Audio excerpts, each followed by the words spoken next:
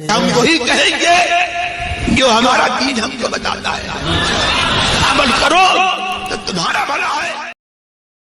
الصلاة والسلام على سید الانبیاء والمرسلین، اما بعد، اعوذ باللہ من الشیطان الرجیم، بسم اللہ الرحمن الرحیم۔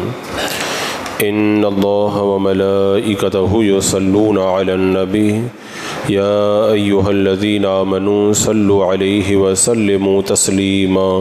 اللہم صل علی سیدنا وشفیعنا وحبیبنا مولانا محمد وبارک وسلم صلاۃ وسلاما علیک یا رسول اللہ صلی اللہ تعالی علیہ وسلم۔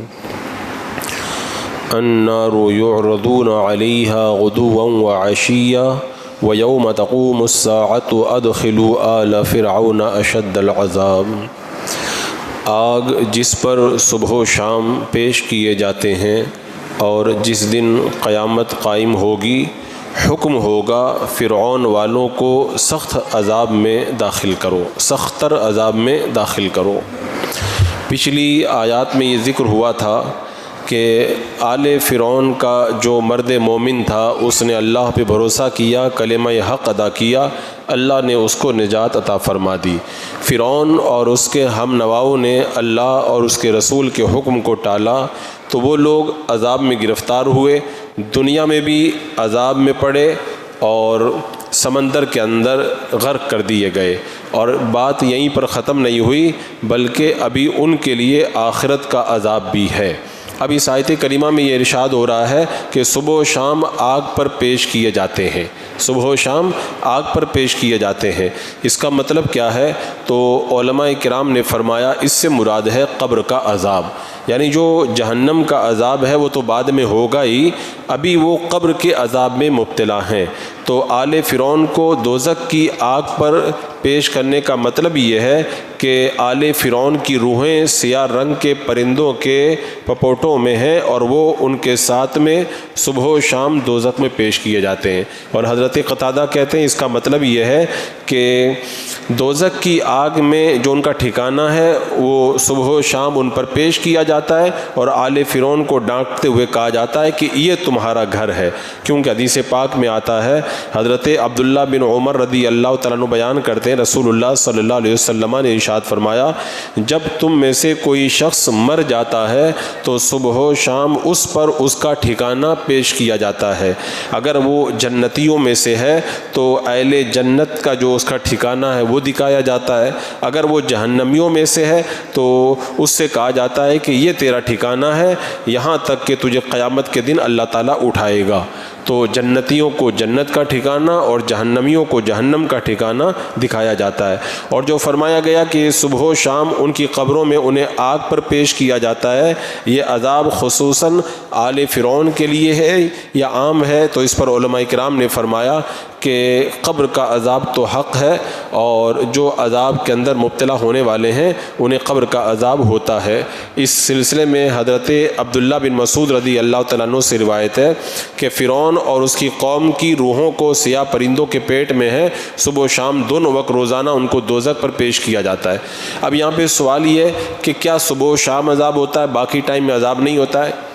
تو اس کا مطلب یہ ہے کہ یعنی صبح و شام کا مطلب پورا برابر عذاب ہے، جیسے جنتیوں کے بارے میں فرمایا گیا وَلَهُمْ رِزْقُهُمْ فِيهَا بُكْرَةً وَعَشِيًّا، ان کے لیے صبح و شام رزق ہے، یعنی برابر ان کو رزق دیا جاتا ہے۔ ایسے ہی صبح و شام ان کو عذاب پر پیش کیا جاتا ہے، اس کا مطلب یہ ہے کہ برابر انہیں عذاب کے اندر مبتلا کیا جاتا ہے۔ حضرت امام اوزاعی کہتے ہیں کہ امام اوزاعی کو کسی نے کہا کہ میں نے بہت سارے پرندے دیکھے ہیں جن کی گنتی میں نہیں جانتا ہوں، وہ صبح کو دریا میں سفید ہو کر کے داخل ہوتے ہیں اور شام کو کالے ہو کر نکلتے ہیں، کیا ماجرا ہے؟ تو حضرت امام اوزاعی نے فرمایا یہ آل فرعون کی روحیں ہیں جو صبح و شام دوزخ کے اندر پیش کی جاتی ہیں اور ان کے سیاہ ہو جانے سے ان کا آگ میں جلنا مراد ہے، اور جب تک دنیا قائم ہے تب تک ویسا ہی ہوتا رہے گا، اور قیامت جب قائم ہوگی تو پھر روحوں کو بدنوں میں لوٹائیں گے اور فرشتے ان سے کہیں گے، اور فرشتوں کو کہا جائے گا کہ آل فرعون کو سخت عذاب کے اندر داخل کر دو،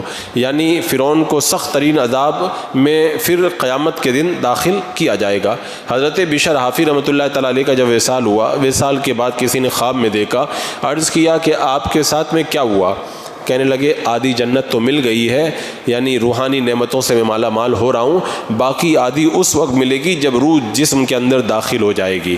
تو ثواب اور عذاب تو ایک اعتبار سے قبر کے اندر ہی شروع ہو جاتا ہے، اور جو پورا ثواب اور عذاب کا معاملہ ہے وہ تو پھر قیامت کے بعد میں ہوگا۔ حدیث پاک میں ہے سب سے سخت، یہ سب سے نرم ہلکا عذاب جس کو دیا جائے گا اس کو جہنم کے جوتے پہنائے جائیں گے، جس سے اس کا دماغ کھولنے لگ جائے گا۔ تو سخت تر عذاب قیامت کے دن دیا جائے گا، تو اس دن عالم کیا ہوگا بندہ اس کا تصور بھی نہیں کر سکتا ہے۔ بہرحال یہ جو آیت کریمہ ہے کہ فرعون اور آل فرعون کو صبح و شام آگ پر پیش کیا جاتا ہے، یہ آیت کریمہ اہل سنت و جماعت کے عقیدے کی تائید میں ہے۔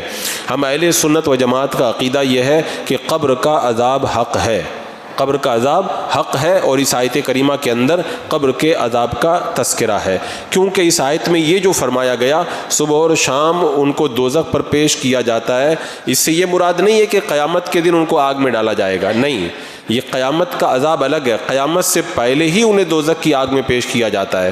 تو یہ کون سا عذاب ہوا؟ یہ قبر ہی کا عذاب ہوا۔ اور یہاں پر جو قبر کے عذاب کے ثبوت کو ہمارے علماء نے بیان فرمایا، بے شمار حدیثیں ہیں جن میں یہ صراحتاً بیان کیا گیا ہے کہ بندے کو قبر میں بھی عذاب ہوتا ہے۔ حضرت خالد بنت خالد بیان کرتی ہیں، میں نے نبی اکرم صلی اللہ علیہ وسلم سے سنا کہ اللہ کے رسول علیہ السلام عذاب قبر سے پناہ طلب کر رہے تھے۔ تو قبر کے اندر عذاب ہوتا ہے، تبھی تو اس سے پناہ طلب کرنے کی تعلیم میرے آقا دے رہے ہیں۔ اور حضرت سعد رضی اللہ تعالیٰ عنہ 5 کلمات پڑھنے کا حکم دیتے تھے، ان کلمات کو اللہ کے رسول علیہ السلام سے روایت کرتے تھے۔ وہ کیا کلمات ہیں؟ پہلا کلمہ یہ ہے، اے اللہ میں بخل سے تیری پناہ میں آتا ہوں، اے اللہ میں بزدلی سے تیری پناہ میں آتا ہوں، اے اللہ میں ارذل عمر یعنی ناکارہ زندگی سے تیری پناہ میں آتا ہوں، یعنی اتنا بوڑھا ہو جائے آدمی کھوسٹ ہو جائے کہ کوئی اس کو پوجنے والا نہ ہو جائے، میں اس سے تیری پناہ میں آتا ہوں۔ اور اے اللہ میں دنیا کے فتنے یعنی فتنہ دجال سے تیری پناہ میں آتا ہوں۔ اور اخیر میں یہ دعا کرتے تھے، اے اللہ میں عذاب قبر سے تیری پناہ میں آتا ہوں۔ تو اس سے یہ معلوم ہوتا ہے قبر میں عذاب ہوتا ہے۔ حضرت عائشہ رضی اللہ تعالیٰ عنہ بیان کرتی ہیں کہ یہودیوں کی بوڑھی عورتوں میں سے 2 بوڑھی عورتیں میرے پاس آئیں، وہ کہنے لگی کہ قبر والوں کو ان کی قبروں میں عذاب دیا جاتا ہے۔ میں نے منع کر دیا، میں نے کہا نہیں، میں نے ان کی تکذیب کی اور ان کی تصدیق کرنے کو اچھا نہیں جانا، یعنی میں نے کہا کہ نہیں، مجھے تو نہیں لگتا کہ ایسا ہوتا ہوگا، یعنی انہوں نے تکذیب تو کی لیکن تصدیق کو اچھا نہیں جانا، تو وہ چلی گئیں۔ پھر اللہ کے رسول علیہ السلام میرے پاس آئے تو میں نے کہا یا رسول اللہ، یہ 2 بوڑھی عورتیں آئی تھیں اور قبر کے عذاب کے بارے میں کہہ رہی تھی۔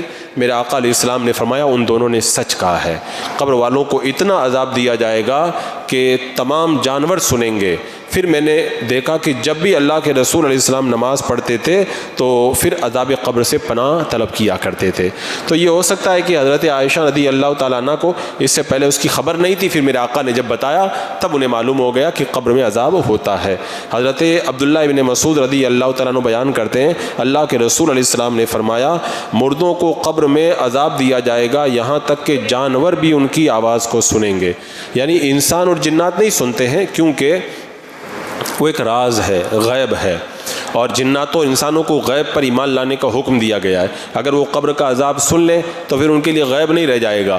جانور مکلف نہیں ہیں تو جانوروں کو جانور سنتے ہیں، اسی لیے آپ لوگوں نے دیکھا ہوگا کبھی کبھی قبر کے پاس سے جانور گزرتا ہے تو بدک جاتا ہے وہ چونک جاتا ہے، کیونکہ جانوروں کو پتہ چلتا ہے، انسان اور جنات آواز نہیں سنتے۔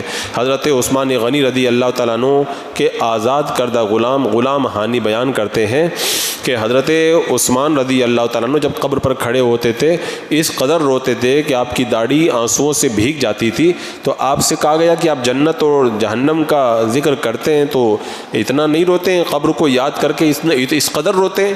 آپ نے فرمایا میں نے رسول اللہ صلی اللہ علیہ وسلم کو سنا ہے کہ آخرت کی منزلوں میں پہلی منزل قبر ہے ہے اگر انسان کو اس منزل سے نجات مل جائے تو اس کے بعد کی منزلیں زیادہ آسان ہو جاتی ہیں، اور اگر اس منزل میں نجات نہ ہو تو بعد کی منزلیں زیادہ دشوار ہو جاتی ہیں۔ اور میں نے اللہ کے رسول علیہ السلام سے سنا ہے کہ میں نے قبر سے زیادہ ڈراونا اور وحشتناک منظر اور کوئی نہیں دیکھا ہے۔ تو اس حدیث پاک سے بھی پتہ چلتا ہے کہ قبر ایک عذاب کا گڑھا بھی بن سکتی ہے اگر بندہ قبر کے اندر عذاب کے اندر مبتلا ہو۔ حضرت ابو سعید خدری کہتے ہیں کہ اللہ کے رسول علیہ السلام نے فرمایا کافر پر اس کی قبر میں 99 سانپ مسلط کیے جاتے ہیں جو اس کو کاٹتے ہیں اور بھنبوڑتے رہتے ہیں یہاں تک کہ قیامت قائم ہو جائے گی۔ اگر ان میں سے ایک سانپ زمین میں پھونک مار دے تو زمین سبزہ بھی نہیں اگائے گی، زمین میں ہریالی نہیں پیدا ہوگی، اتنا زہر ان کے اندر ہوتا ہے۔ تو قبر کا عذاب کوئی معمولی عذاب نہیں ہے، اس کے عذاب کے معاملات بڑے سخت ہیں۔ حضرت ابو ہریرہ کہتے ہیں رسول اللہ صلی اللہ علیہ وسلم نے فرمایا مومن کی قبر میں ضرور سبز باغ ہوں گے اور اس کی قبر 70 ہاتھ چوڑی ہو جائے گی اور اس کی قبر کو 14ویں رات کے چاند کی طرح روشن کر دیا جاتا ہے۔ کیا تم نے یہ آیت کریمہ کے بارے میں نہیں پڑھا؟ وَمَنْ أَعْرَضَ عَنْ ذِكْرِي فَإِنَّ لَهُ مَعِيشَةً ضَنْكًا وَنَحْشُرُهُ يَوْمَ الْقِيَامَةِ أَعْمَىٰ، اور جو میری یاد سے اعراض کرے گا اس کی زندگی تنگی میں گزرے گی اور اسے ہم قیامت کے دن اندھا کر کے اٹھائیں گے۔ اللہ کے رسول علیہ السلام نے فرمایا تم جانتے ہو تنگی میں زندگی گزارنے کا کیا مطلب ہے؟ مسلمانوں نے کہا اللہ اس کے رسول کو علم ہے۔ تو میرے آقا علیہ السلام نے فرمایا اس سے مراد ہے کافر کو قبر کے اندر عذاب دیا جاتا ہے۔ یہ جو تنگ زندگی ہے نا، تنگ زندگی کا مطلب کافر کو قبر میں عذاب ہوتا ہے۔ پھر میرے آقا نے فرمایا اس ذات کی قسم جس کے قبضہ و قدرت میں میری جان ہے اس کافر کے اوپر 99 سانپ مسلط کیے جائیں گے۔ تم جانتے ہو یہ سانپ کتنے سخت ہوتے ہیں؟ فرمایا ہر سانپ کے 7 سر ہیں اور وہ اس کو قیامت تک کاٹتے اور ڈنک مارتے رہیں گے۔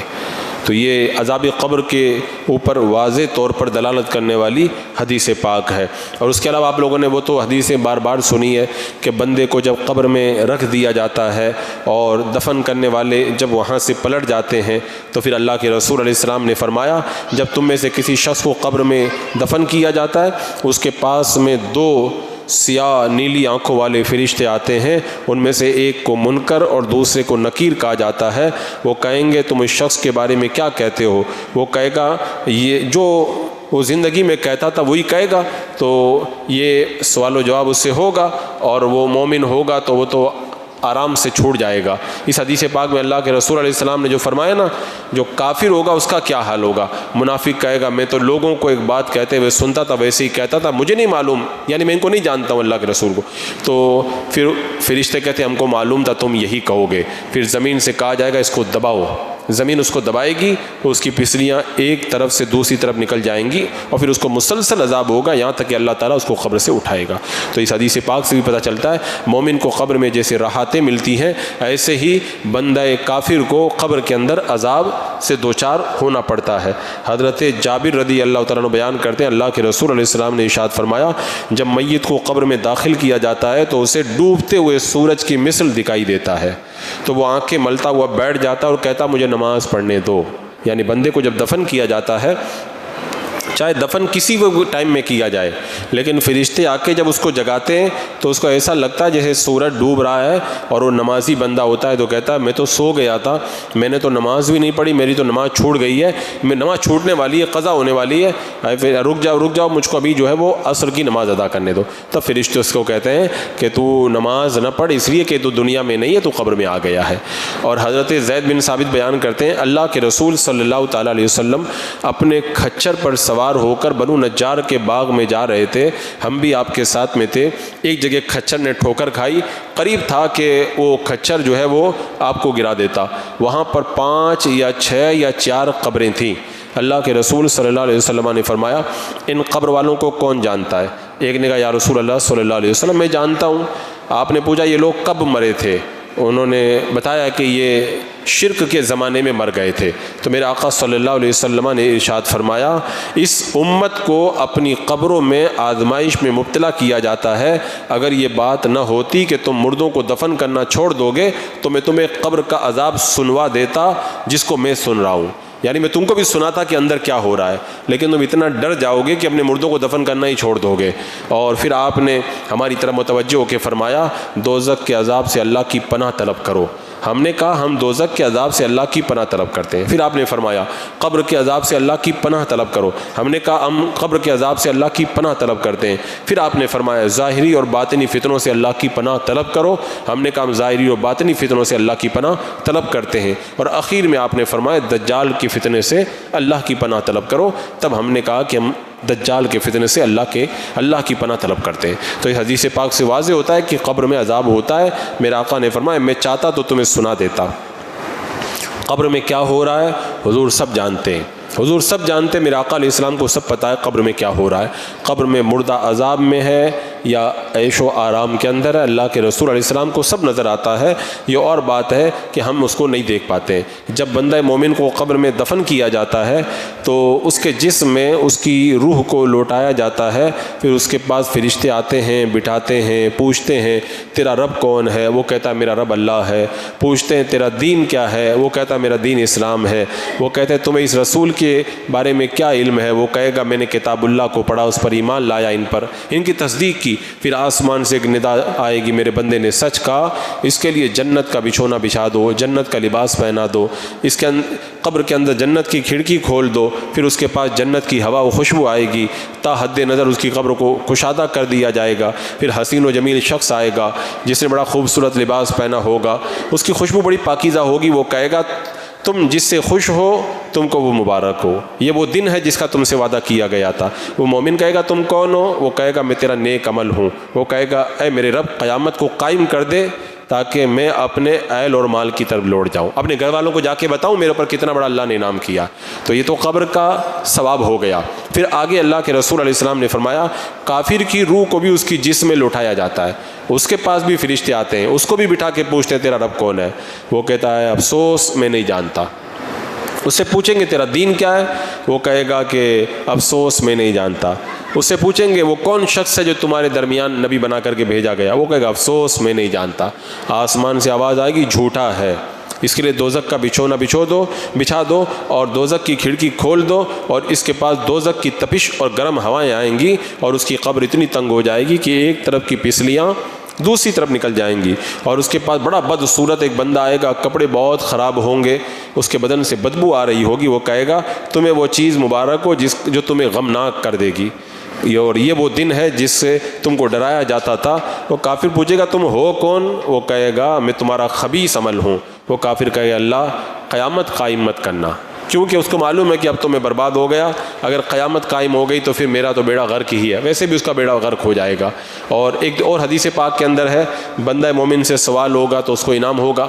کافر کیا کہے گا، کافر کہے گا اللہ کی قسم میں کچھ نہیں جانتا ہوں، میں ان کے متعلق وہی کہتا تھا جو لوگ کہتے تھے۔ تو فرشتہ کہے گا تم اسی عقیدے پر زندہ رہے، اسی پر مرے، اسی پر اٹھائے جاؤ گے۔ پھر اس کی قبر میں ایک جانور کو مسلط کر دیا جائے گا جس کے پاس ڈھول کی طرح ایک آگ کا کوڑا ہوگا، جب تک چاہے گا اللہ وہ اس کو کوڑے سے مارتا رہے گا، اور اس کافر کی آواز کو کوئی نہیں سنے گا جس پر اس کو ترس آئے، کیونکہ جو فرشتے عذاب دیتے ہیں قبر میں وہ ترس نہیں کھائیں گے، وہ ترس کھائیں گے نہیں ان کے اوپر۔ اور حضرت عبداللہ بن عباس رضی اللہ تعالیٰ عنہ بیان کرتے ہیں کہ مدینہ شریف یا مکہ شریف کے باغات میں کسی باغ میں اللہ کے رسول علیہ السلام کا گزر ہوا، آپ نے دو انسانوں کی آواز سنی جن کو قبر میں عذاب ہو رہا تھا۔ اللہ کے رسول علیہ السلام نے فرمایا کہ ان کو قبر میں عذاب ہو رہا ہے، اور پھر میرے آقا نے بتایا ان کو کسی بہت مشکل کام کی وجہ سے عذاب نہیں ہو رہا ہے، چھوٹی سی غلطی انہوں نے کی ہے اس کا عذاب ہو رہا ہے۔ پھر فرمایا کیوں نہیں، پھر ان میں سے ایک شخص پیشاب کے قطروں سے نہیں بچتا تھا اس لیے عذاب ہو رہا ہے، اور دوسرا چگلی کھاتا تھا اس لیے اس کو عذاب ہو رہا ہے۔ پھر آپ نے درخت کی ایک شاخ منگوا کر اس کے 2 ٹکڑے کیے، اور آپ نے ان قبروں میں سے ہر قبر پر اس کا ایک ٹکڑا رکھ دیا۔ آپ سے پوچھا یا رسول آپ نے ایسا کیوں کیا؟ آپ نے فرمایا جب تک یہ شاخ خشک نہیں ہوگی ان کا عذاب ہلکا ہو جائے گا۔ اسی لیے ہم لوگ قبر پر جو ہے وہ پھول وغیرہ ڈالتے ہیں تاکہ وہ پھول قبر پر پڑے رہیں گے تو وہ تر رہیں گے، جب تک تر رہیں گے اللہ کی تسبیح کریں گے، اللہ کی تسبیح بیان کریں گے تو مردے کا دل بہلے گا، اس کو آرام ملے گا، راحت ملے گی۔ یہ حدیث پاک قبر کے اوپر پھول وغیرہ ڈالنے کی اصل بتاتی ہے۔ اور حضرت عائشہ رضی اللہ تعالیٰ عنہ بیان کرتی ہیں رسول اللہ صلی اللہ علیہ وسلم نے فرمایا کافر پر قبر میں 2 سانپ بھیجے جائیں گے، ایک اس کے سر کی جانب، دوسرا اس کے پیروں کی جانب۔ وہ اس کو کاٹتے رہیں گے جب تک وہ اس کو کاٹ چکیں گے تو پھر دوبارہ کاٹیں گے، قیامت تک ایسے ہی کاٹنے کا سلسلہ اس کے اوپر جاری رہے گا۔ تو حضرات مکرم، یہ آیات، یہ احادیث کریمہ اور اس آیت کریمہ سے واضح ہوتا ہے کہ بندے کو قبر کے اندر عذاب ہوتا ہے۔ اہل سنت و جماعت کا جو عقیدہ ہے وہ بالکل صاف اور واضح ہے، الحمدللہ، جو قرآن و سنت سے پورے طور پر ثابت ہے۔ اسی لیے بندہ مومن کو چاہیے کہ قبر کے عذاب سے بچنے کے لیے اللہ کی بارگاہ میں دعا کرتا رہے، اس لیے کہ قبر کے معاملات بڑے سخت ہیں۔ جو بندہ قبر کے اندر پھنس گیا تو پھر وہ بری طرح پھنسے گا، اور جو نجات پا گیا وہ بڑی اچھی نجات پائے گا۔ اللہ رب قدیر ہمیں قبر کے عذاب سے محفوظ فرمائے۔ بسم اللہ الرحمن الرحیم۔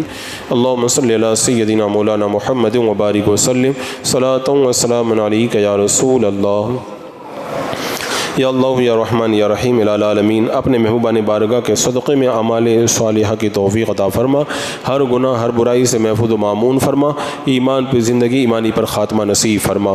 ربنا تقبل منا انک انت السمیع العلیم وتب علینا انک انت التواب الرحیم۔ ان اللہ وملائکتہ یصلون علی النبی یا ایھا الذین آمنوا صلوا علیہ وسلموا تسلیما۔ اللہم صلی علی سیدنا وشفیعنا وحبیبنا مولانا محمد وبارک وسلم، صلاۃ و سلام علیک یا رسول اللہ۔ سبحان ربک رب العزۃ عما یصفون وسلام علی المرسلین والحمد للہ۔